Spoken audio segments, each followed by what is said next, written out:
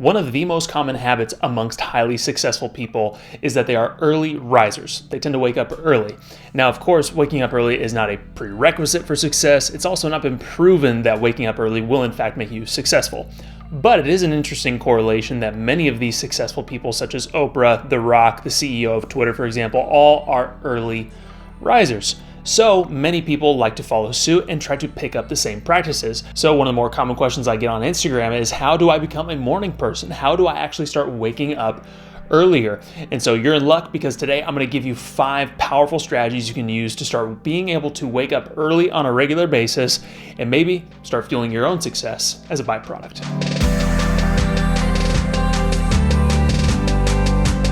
Thank you guys so much for tuning in to the Brady Salcedo Show.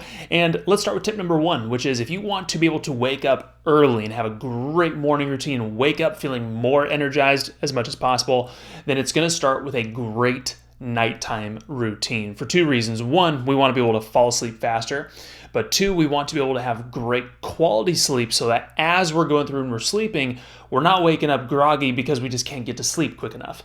Because if you want to wake up earlier and you still want to get the same amount of time of sleep in, that usually means you're going to have to go to bed earlier and have a better nighttime routine that's going to allow you to get to sleep faster, have better quality sleep.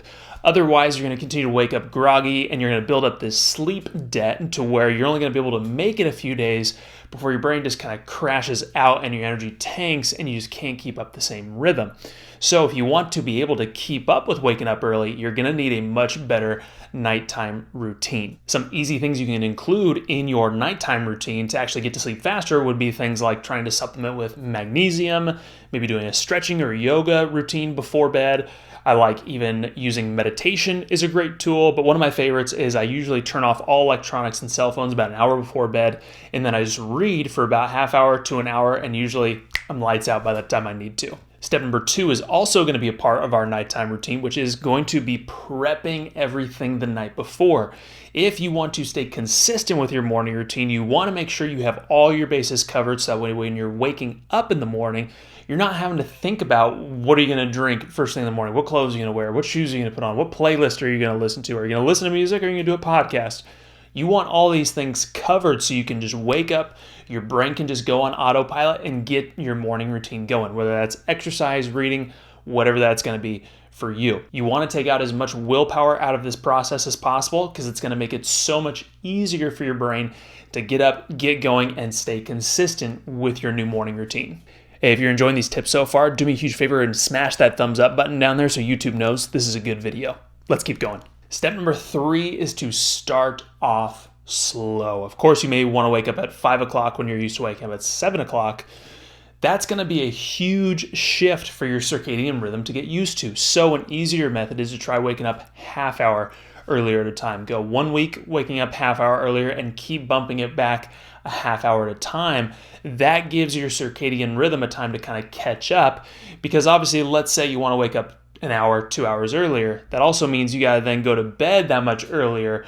And that's a little bit tougher to do. You know, if you're used to going to bed at 9, trying to go to bed at 7 is going to be so much earlier and challenging for you to do. In those first couple days or even weeks of trying to get into that rhythm is going to be very challenging. So start off slow by doing little half-hour increments every single week just until you get to your target time. Number 4. This one is not backed by science. It's just something that I've learned over the years, and it's worked with clients that I've worked with. And it's just to drink water immediately first thing in the morning. There is something about when you get up in the morning and you have some water, it just jumpstarts your mind, your body, and your metabolism in a way that really I just can't explain. I haven't seen any research on this, but it works like clockwork. As soon as I get that water in, my mind starts going, my body starts going. It's just kind of that signal that jumpstarts your brain. So as soon as I get up out of bed and I start actually going over, I get the water, I take a drink, my body's ready to get going and I'm awake by that point, and I know I'm not going back to bed. So that's just a really simple tip. And again, not proven by science or research by any means, but that's something that's worked really well for me and also for people I've worked with. And number 5 is make your alarm annoying. And I mean annoying. You can do this a couple of different ways. You can make it annoyingly loud. Now, if you have a partner, a spouse, this may not be the most advantageous for you because that's really not only going to take you off, but it might be taking them off too if they have a different sleep pattern and sleep schedule than you do. So that may not be possible. So another way to do this is to make your alarm annoying in terms of placement or position. So instead of having your alarm clock or your cell phone right next to you in your bed, maybe you put it on the dresser where you actually have to get up and walk to it. And once you do that, once you have to get up or it's annoying enough to where you have to actually get up and go to it, by the time you actually get over to it, you're up. Why would you go back into bed? It's a really simple strategy. But if your alarm is annoyingly loud as well, that's another simple way. If it's that loud, it's going to jolt you up and you'll be ready to go. That wouldn't be my recommendation for the long term. I like just putting it somewhere where it's a little bit inconvenient and I actually have to get up and go to it. That works the best for me. But everybody's different. Everybody kind of likes their own process. And number 6, I know I didn't put number 6 in the title or in the beginning at all. I just thought of it right now, and I thought this would be something good to include. But number 6 is going to be have something that gets you excited to wake up in the morning. If you're just waking up in the morning just because somebody told you you'll be more successful, if you wake up in the morning, likely you're not going to stick to it. But if you're starting something new, or you're trying to install a new habit, or you're going to spend more time for yourself, or maybe you're going to try some new recipes for breakfast, whatever it might be, something that gets you excited in the morning is going to be something that's going to help you get out of bed more. So for instance, if you're starting a morning routine, let's say this is the time where you're actually going to be able to start getting a new exercise routine in. That might get you excited to start waking up earlier in the morning and may help you get up out of bed easier, make your new transition to waking up earlier easier. Now again, waking up early isn't something that's proven to make you successful. I think one of the more valuable tools and the reasons a lot of people do wake up early is really simply because it gives you more time for yourself to prep for your day ahead. So whether that means you're waking up at 5 o'clock or maybe you're a night owl and you're waking up even later in the morning, I think one of the key things to understand with this is just create that time in the morning that's for you that allows your mind to prep for the day ahead.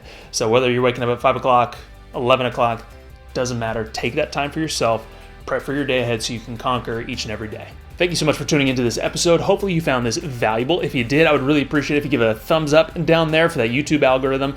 And also, if you enjoy content like this, make sure you subscribe to this channel because we got way more content like this coming your way that's going to be useful and valuable for you to improve your mind and your life.